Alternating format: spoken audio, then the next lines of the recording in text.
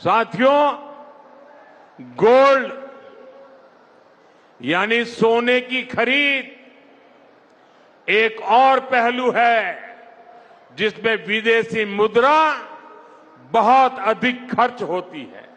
Hi hello friends, ಬದುಕಿಗೆ ಸ್ಫೂರ್ತಿ YouTube channel ವೀಕ್ಷಕರಿಗೆ ನಮಸ್ಕಾರಗಳು.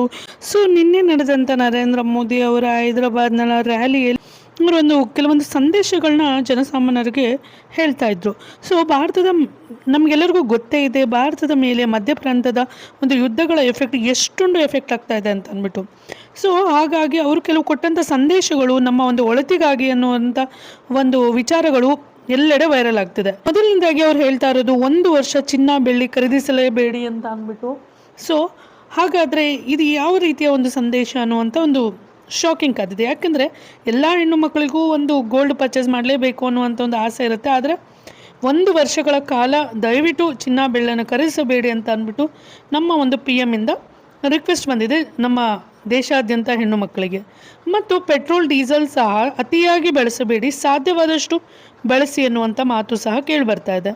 ಮತ್ತು ಇನ್ನು ರೈತರಿಗೆ ಅವರು ಕೊಟ್ಟಂಥ ಸಂದೇಶ ಏನಂದರೆ, ಕೆಮಿಕಲ್ ರಸಗೊಬ್ಬರಗಳು ಅಂದರೆ ಫರ್ಟಿಲೈಸರ್ಸ್ ಯೂಸ್ ಮಾಡ್ತಾರಲ್ವ, ಸೊ ಅದನ್ನು ಅವಾಯ್ಡ್ ಮಾಡಿ ಅಂತ ಅಂದ್ಬಿಟ್ಟು ಹೇಳ್ತಾ ಇದ್ದಾರೆ. ಅಂದರೆ ನೈಸರ್ಗಿಕ ರಸಗೊಬ್ಬರಗಳು ಓಕೆ, ಬಟ್ ಇನ್ನೇನು ಮುಂಗಾರು ಮಳೆ ಶುರು ಆಗ್ತಾ ಇದೆ, ಬಟ್ ರೈತರಿಗೆ ಕೊಡ್ತಾ ಇರುವಂಥ ಒಂದು ಸಂದೇಶ ಏನಪ್ಪ ಅಂದರೆ ಕೆಮಿಕಲ್ ಫರ್ಟಿಲೈಸರ್ಸ್ ಅಂದರೆ ರಸಗೊಬ್ಬರಗಳನ್ನ ಅವಾಯ್ಡ್ ಮಾಡಲಿಕ್ಕೆ ಹೇಳ್ತಾ ಇದ್ದಾರೆ. ಸೊ ಇವೆಲ್ಲ ಒಂದು ಸಂದೇಶಗಳು ಜನಸಾಮಾನ್ಯರಿಗೆ ಹೆಲ್ಪ್ ಆಗಲಿ ಅಂತ ಅಂದ್ಬಿಟ್ಟು ಮೋದಿ ಅವರು ಅಂದರೆ ಮುಂದೆ ಬರುವಂಥ ಒಂದು ದೇಶದಲ್ಲಿ ಸಂಕಷ್ಟಗಳನ್ನ ಹೇಳಲಿಕ್ಕ ಅಂತ ಒಂದು ಕ್ವಶನ್ ಮೂಡ್ತಾ ಇದೆ. ಸೊ ಇದು ಒಂದು ಮಿಶ್ರಿತವಾದಂಥ ಒಂದು ಊಹಾಪೋಹಗಳು ಎಲ್ಲ ಜನಸಾಮಾನ್ಯರಲ್ಲಿ ಸ್ಟಾರ್ಟ್ ಆಗಿದ್ದು, ಒಟ್ಟಿನಲ್ಲಿ ನಮ್ಮ ಒಂದು ಒಳಿತಿಗಾಗಿ ಕೊಟ್ಟಂಥ ಸಂದೇಶ ಅನ್ನುವಂಥ ಒಂದು ಮೇಲ್ನೋಟಕ್ಕೆ ಕಾಣಿಸ್ತಾ ಇದೆ. ಇದರಲ್ಲಿ ಎಷ್ಟು ಮಟ್ಟಿಗೆ ಒಳಿತಾಗುತ್ತೋ ಗೊತ್ತಿಲ್ಲ, ಆದರೆ ನಮ್ಮ ದೇಶದ ಹಿತಕ್ಕಾಗಿ ನಮ್ಮ ಒಬ್ಬ ಪ್ರಧಾನಮಂತ್ರಿ ಕೊಟ್ಟಂಥ ಸಂದೇಶ ಅಂತ ಪರಿಗಣಿಸಬಹುದು. Thank you so much for watching the video. Thanks a lot.